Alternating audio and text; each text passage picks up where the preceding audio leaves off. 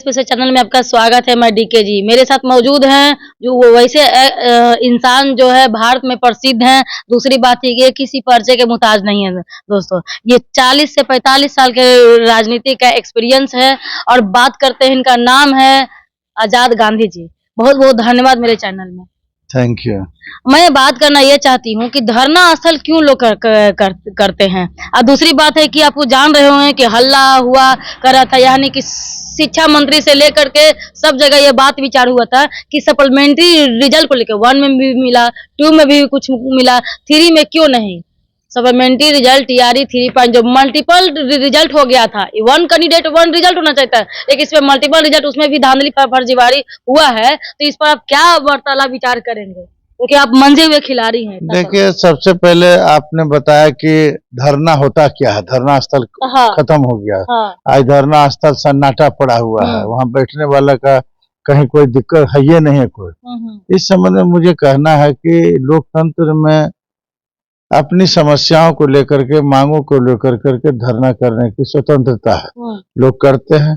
लेकिन आजकल जो मैं देख रहा हूँ, पहले बहुत नीति और सिद्धांतों के तहत लोग धरना पर बैठते थे, लेकिन आजकल क्या है कि बहकावे के बाद धरना पर लोग बैठते हैं। बहका दो, सरकार को बदनाम करो, किसी न किसी रूप में सरकार को बदनाम करने की साजिश हमेशा रहती है, तभी लोग धरना पर बैठते हैं।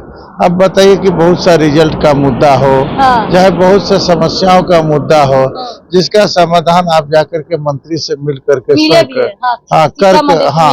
आप उससे फिर भी मतलब कि उस पर जो है निर्णय नहीं निकलता। सरकार इस पर गंभीर, देखिए जो भी बातें हैं, आप चाहिएगा कि सरकार के पास कोई ऐसा जादू का छड़ी नहीं है जो घुमा दे और समस्याओं का निदान हो जाए। कोई भी समस्याओं के निदान के लिए सरकार काफी गंभीर ये सरकार है। ये सरकार काम करने वाली सरकार जिसको हम कहते हैं, वो काम करने वाली सरकार है। और काम करने वाली सरकार में गंभीरता से किसी विषय वस्तु पर चिंतन और मंथन किया जाता है। तो जितने भी बेचारे हड़ताल पर लोग थे, धरना पर जो भी साहब विभिन्न मांगों को लेकर के, मैं विगत 1 महीना से देख रहा था कि कई सेक्टर के लोग जो है कई समस्याओं को लेकर के धरना स्थल पर बैठे हुए थे।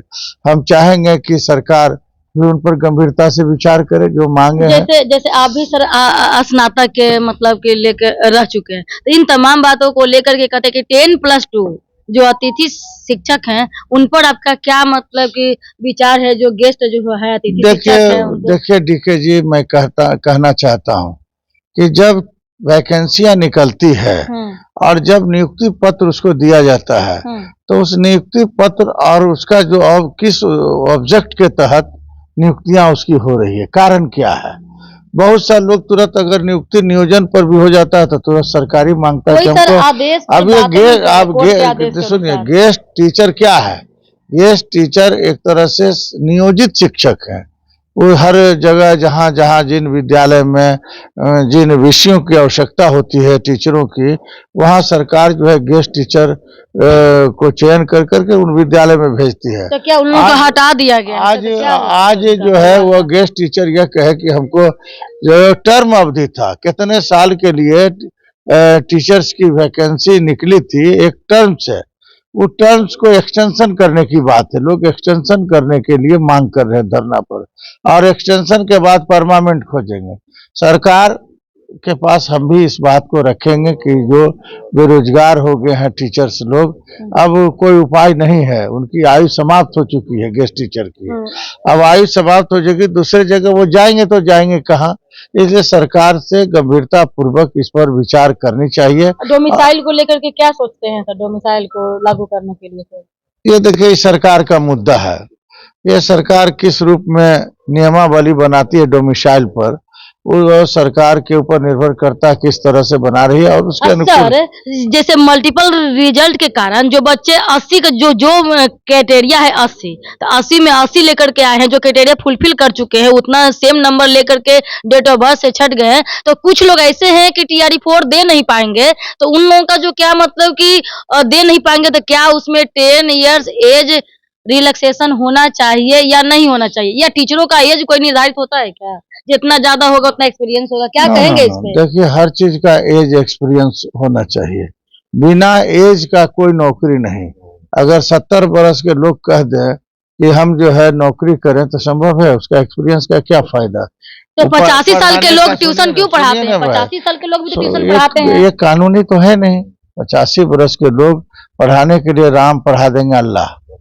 उनका कोई हर समय एक सीमा क्यों निर्धारित किया गया है?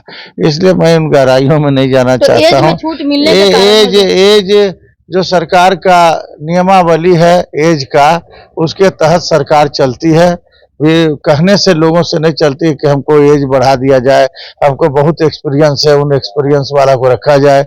बहुत से सरकारी सुना जाए ना, बहुत से सरकारी कर्मचारी हैं जो रिटायर कर जाते हैं, उनको समायोजन किया जाता है, नियोजन किया जाता है 2 वर्षों के लिए। अगर फिर उनका कार्यकाल सही रहता तो फिर एक्सटेंशन किया जाता। आप एकाएक कहिएगा कि उसको परमानेंट कर देने के लिए, ये सरकार के पास संभव नहीं है।